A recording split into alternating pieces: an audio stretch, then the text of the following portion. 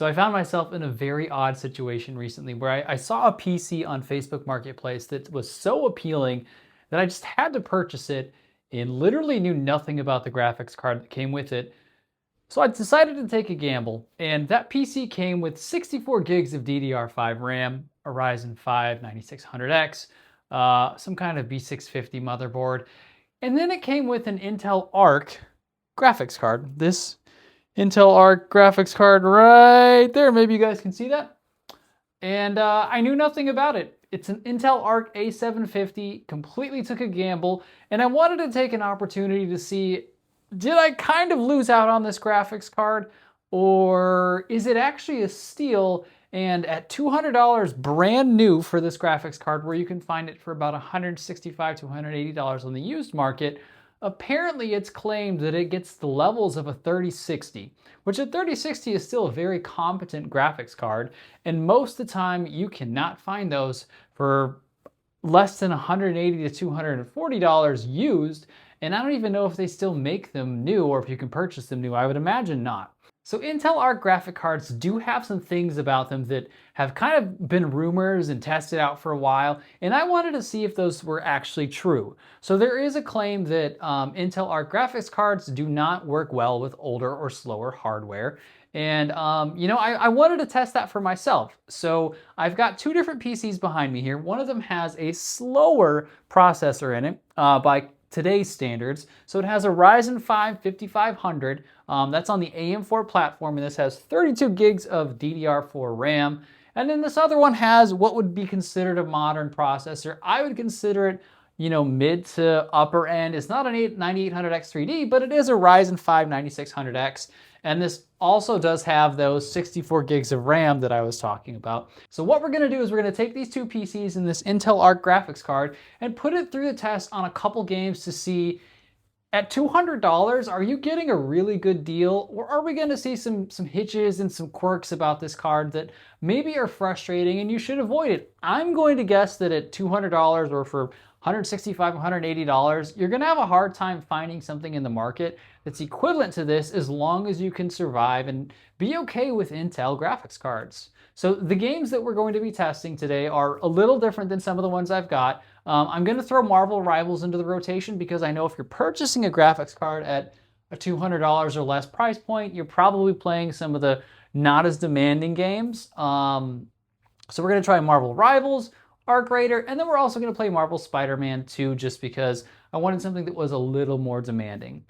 Before we get into the gameplay, I do want to let you guys know I have a newsletter that I've been working on.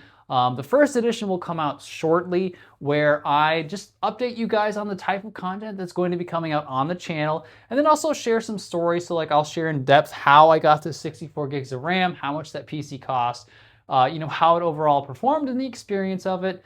And that's a free service. However, if you guys have been around for a little while on the channel, you do know that I do like to give PCs away to my local community, but also I'm starting up something where I'm going to give a PC away biannually to paid subscribers on that newsletter. So if you pay $5 a month and you're on that service for 3 months, every June or December, I am going to give a PC away to one of those subscribers. You do have to be in the US to be a part of that program, but if you're on there, you are eligible. Let's go ahead and dive into some of the gameplay. I believe we're going to start out with the Ryzen 5 9600X first, and then we'll jump over to the Ryzen 5 5500 and look at the gameplay and see if the Intel Arc graphic card is actually a steal or maybe it's a waste of money.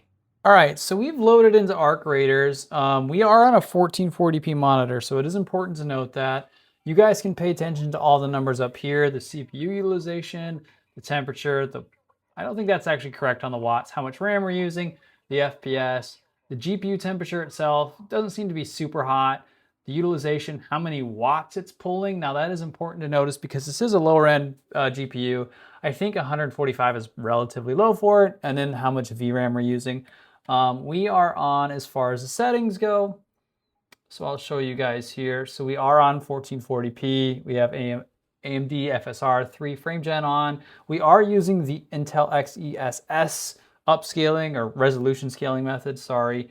And then we've taken the ray tracing global illumination thing off and left everything on medium. So, I mean, 156 FPS is actually pretty solid. I know we're in the dark here, so let me go ahead and get you guys out into the light, see if that changes anything here. But this is actually super impressive for, again, keep in mind, this is $165 to $200, brand new at $200. Oh wow, the CPU's getting kind of hot sometimes. I wonder what's going on, or if the information's just wrong. Somebody's shooting at me? Yo, no. Friendly, friendly, friendly. Oh, that's the CPU utilization, not the temperature. I'm dumb. Whoops. Dude, we're still pulling 130 frames. Now, I have to imagine that that's where the 9600X is coming in, but quality-wise, this is pretty solid for... So I did a video recently where I tested an F-tier CPU and an S-tier GPU. So I did the 8700F and the 9070 XT. And that 9070 XT just looks so good on everything. I did pair that with the 9600X too. And you can run everything at like cinematic and it just looks nuts. But the fact that this is pulling 1440p on medium and still drawing over 100 FPS is actually insane. And the game does look pretty good. Relatively stable temperatures, 59 degrees, whatever. The CPU is irrelevant because that's not what you guys would be looking at. But I gotta say, this is pretty good. And, everything looks to be loading in pretty well. Yeah, I'm pretty impressed with this. I'm gonna go shoot some stuff inside this building here and see if we notice any like drops or performance issues. Anything in here?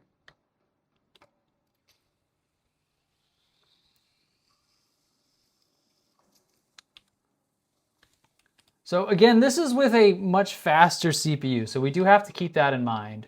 I think this is where I just came out of, isn't it? I'm dumb. You know what though? But I feel like that's a good place. Let's go ahead and jump over to Marvel Rivals and see if we're still seeing kind of the same thing. Now these are generally more intense CPU games. We'll kind of see that with Spider-Man 2 if it drops it a little bit. But yeah, let's go ahead and jump to the next game.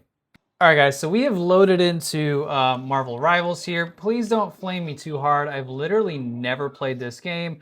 I'm just benchmarking it because I know if you're purchasing a GPU at this price point, this potentially could be a game that you guys are playing. So we are on still 1440p, epic, TSR. Oh wait, no, I wanted to change this to Intel. So we're gonna go Intel. Let me turn off the frame limits here, and everything else is set at medium. We'll hit apply. So we're sitting at 79 FPS, GPU temperature is good. We're using a lot of RAM, so if you are building, kind of on that lower budget, you might want to think about that. Again, no clue how to play this game, so please don't flame me here. 70 FPS, so it seems like it's sitting relatively stable at 70 FPS. Again, if you were purchasing this GPU, you're probably playing this at 1080p, and if you're playing Marvel Rivals, there's a strong chance that you are going to, can I grab that? There's a strong chance that you're probably going to be, lowering the settings, not caring about like the visual fidelity, the graphic fidelity of it all. Oh, that's how you do that. Okay. Oh, I missed. Oh, yeah, I died. So still, we're sitting somewhere between like 70 to 80 FPS, which is pretty solid. If I were to lower this to 1080p, I could try for you guys, but 1080p tends to look pretty ugly on. Let's try it. 1080p tends to look pretty ugly on a 1440p monitor. It boosted us up to 90 FPS. It looks a little more gross, but it is definitely slightly more responsive. I would never recommend 1080p, gaming on a 1440p monitor. And in fact, I could probably lower these settings even more. Oh, yeah, I died. Oh, wait. Okay, so I'm going to lower them even more just to show you guys here. So we'll go low. Oh, I lost. I think that's a pretty good demonstration that, it's still pretty solid. I mean, if you're playing this kind of game, like here, I lowered it even more. You know, it's obviously not in the actual game itself, but uh, pretty solid. So let's go ahead and jump over to Marvel Spider-Man 2 and you know, kind of gauge that game and see how it runs. All right, you guys, we've got Marvel Spider-Man 2 loaded up here. So we're gonna run through the settings, show you the gameplay a little bit, get some swinging in. This is one that I fully expect to potentially have some stuttering and some problems with. So I'll show you the settings here. We are running with things on pretty low. Again, we're still on 1440p. So keep that in mind. Like if you were to purchase this card, there's a strong chance you're probably running at 1080p. You can push 1440p, but you know, if you're looking to max out the frames, I would go 1080p. For quality, it still looks pretty solid in my opinion. Anyway, I'll stop rambling here. So we have frame gen off. We are using the Intel, I think this is the Intel version, yeah, the XeSS. As far as the graphics go, so we're on low texture, 4x anisotropic, however you say that word, very low. I think this is considered, I don't really know what this one is, to be honest. So I don't know what it changes. I think the X thing is Intel's version. No screen reflections. All the ray tracing is off, and then everything else is kind of medium or low. Again, this is a really demanding game, so you know, we're not really looking for out of the park, you know, $175 to $200 graphics card, whatever it is, to just be better than anything you've ever seen in your life. Really what we care about is, does it play and does it look relatively okay? You know, sitting at 60 FPS, it's not letting me go past this because it wants me to go fight people. But honestly, like this is super playable at 1440p. We are completely using the GPU. The CPU could be pushed harder because, you know, we're not maxing out all the graphics and all of that. So that is in turn affecting the CPU as well, but it is using as much RAM as it's allowed to. So this is 64 gigs, 22 is a lot, and it is using a lot. Wow, so I don't even understand how it's using 10 gigs of VRAM because this is only an 8 gigabyte card. So interesting to note that there. But yeah, I mean, these are pretty solid FPS numbers, especially considering, you know, again, $165 card. Let's go ahead and get in here and fight these guys real quick. I'll try and see if like maybe there is some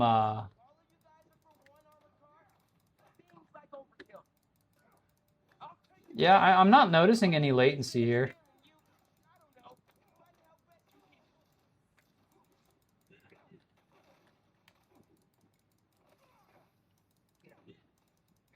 It looks pretty solid, to be honest.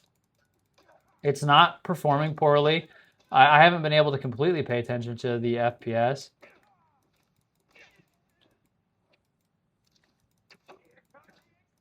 Ow.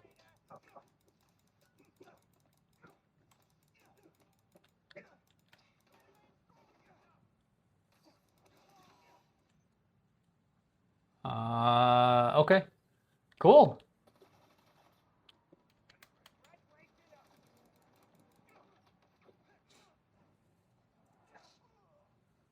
I feel like this has been pretty solid so far. I think that this is a good spot that we can kind of stop and switch over to the other PC, the Ryzen 5 5000, and see like how much we're actually going to drop. Because ideally, if you're purchasing a budget GPU, you're probably also going to, you know, pair it with some more budget-based hardware. And this is not, the Ryzen 5 9600X is budget-ish, sort of. But the Ryzen 5 5500 is definitely more like the definition of budget right now. So let's go ahead and switch to that computer and see, you know, how much of a difference there is. And if those, you know, claims that the Intel Arc cards are just not great with lower end hardware is actually true.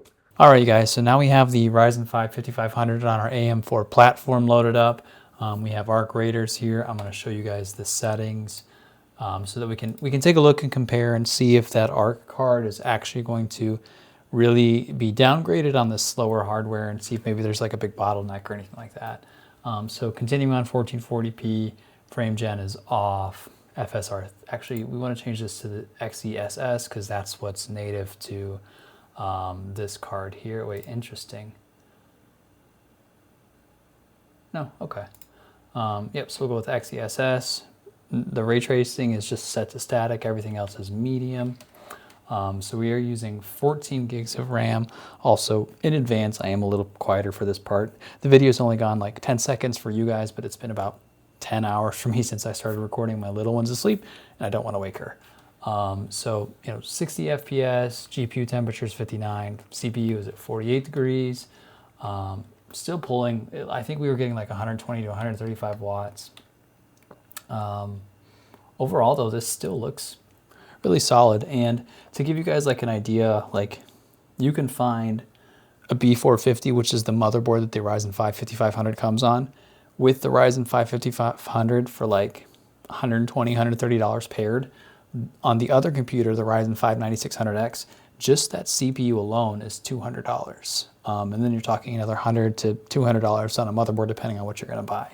So this is a much cheaper combination. And this still looks extremely solid. We're pulling 70 FPS on 1440p. We could go 1080p and get way better. We could drop to a 1080p monitor. But I'm really not seeing anything that I'm like concerned about or gameplay wise. Like it still looks really solid. I'm gonna go ahead and try and find, oh, there was a little bit of a stutter there. Now that we're in rain, a little more of a dense area, it seems like it might have dropped, which is kind of what I wanted to see. I actually need to go somewhere closer to that way. So I'm probably gonna go ahead and fast forward through here for you guys so you don't have to watch me run. All right, so we finally have made it to a couple of the Arc, like a heavier tier loot spot. Now there is one thing that is kind of annoying about this card. I'm gonna get a little closer to it to see if you guys can hear it.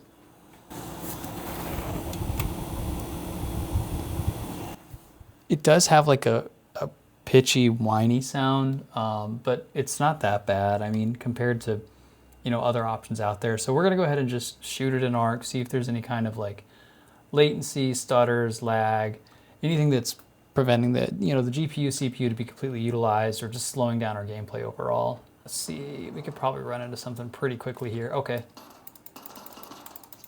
Oh, okay. Okay, I mean, that's enough for me to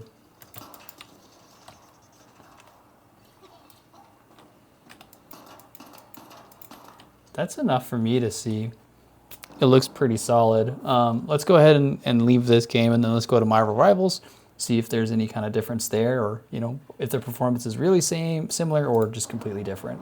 All right, so we've got Marvel Rivals loaded up here on the Ryzen 5 5500. Now it is important to note that I don't think I actually had let the shaders completely load on the last PC, so I don't think we were fully utilizing that performance, which it still probably performed a lot better. I'm gonna run you through the settings real quick, that way you guys can see what we're playing on, and just go from there. So we're still on 1440p, the XeSS, no limit on the match FPS, still on medium, one thing on high, whatever, that's fine. It is really important to note, if you are going for a budget build, Arc Raiders, in my opinion, is probably a more demanding game, but we're sitting at almost 20 gigs of RAM here. So really, really important to pay attention to. Sorry, let me go ahead and get back into the game and stop dying here. Yeah, see, 20 gigs of RAM. We're over 20 gigs. So 80, 90 FPS, I think that's actually what we were sitting at on the other PC, was like 70 to 80. So super surprising here. So we'll kind of pay attention to see if there's any lag, latency, any kind of performance problems. I think graphics-wise, it looks about the same, potentially slightly worse, but not too bad. Let's see if we can go ahead and find an opponent. Oh, here we go. Come here.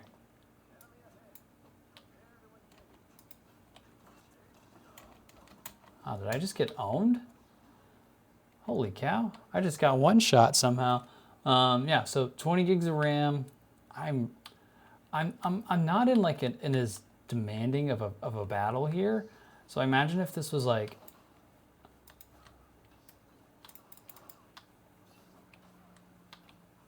if I knew what I was doing, again, never played Marvel Rivals in my life.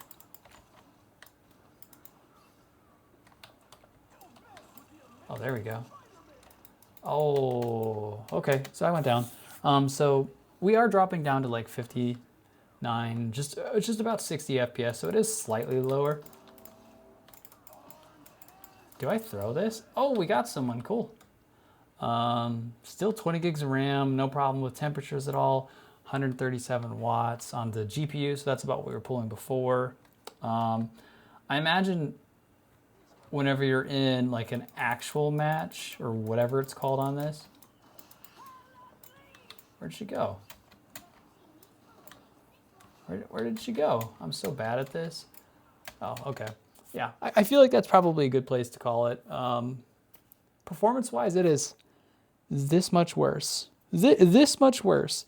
So again, to reiterate, the Ryzen 5 5500 costs about $75 to $120 if you buy it brand new without any sale.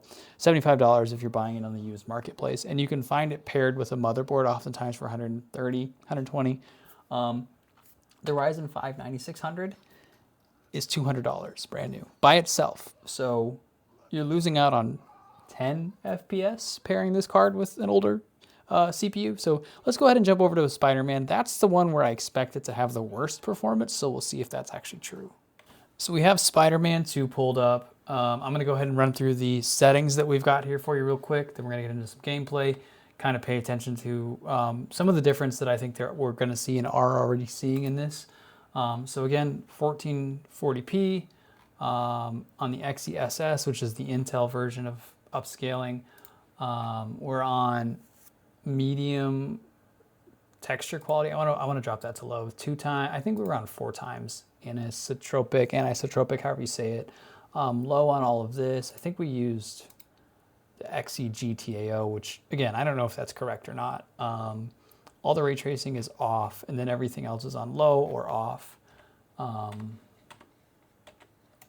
So really quickly, the thing I want to pay attention to is this card only has 8 gigabytes of VRAM. This is the VRAM usage here, so I have no clue how it thinks it's pulling 10 gigs, but it is up to 17 gigs of RAM. The GPU is being utilized. It is actually 60 degrees Celsius. Wow, the CPU is only at 47. That's actually pretty wild. So here we have the FPS. Visually, I think there is maybe a slightly lower visual quality on this. We're going to go into the exact same scenario that we had on the other one, so it should be relatively similar. So we're getting 50 FPS, 48 FPS dips, but it's 60. So it still looks pretty solid. It's responsive. I'm not noticing any kind of lag, any kind of problems. It's going to have me come back. So let's go ahead and fight the group down here real quick, see if there's any lag. Ow.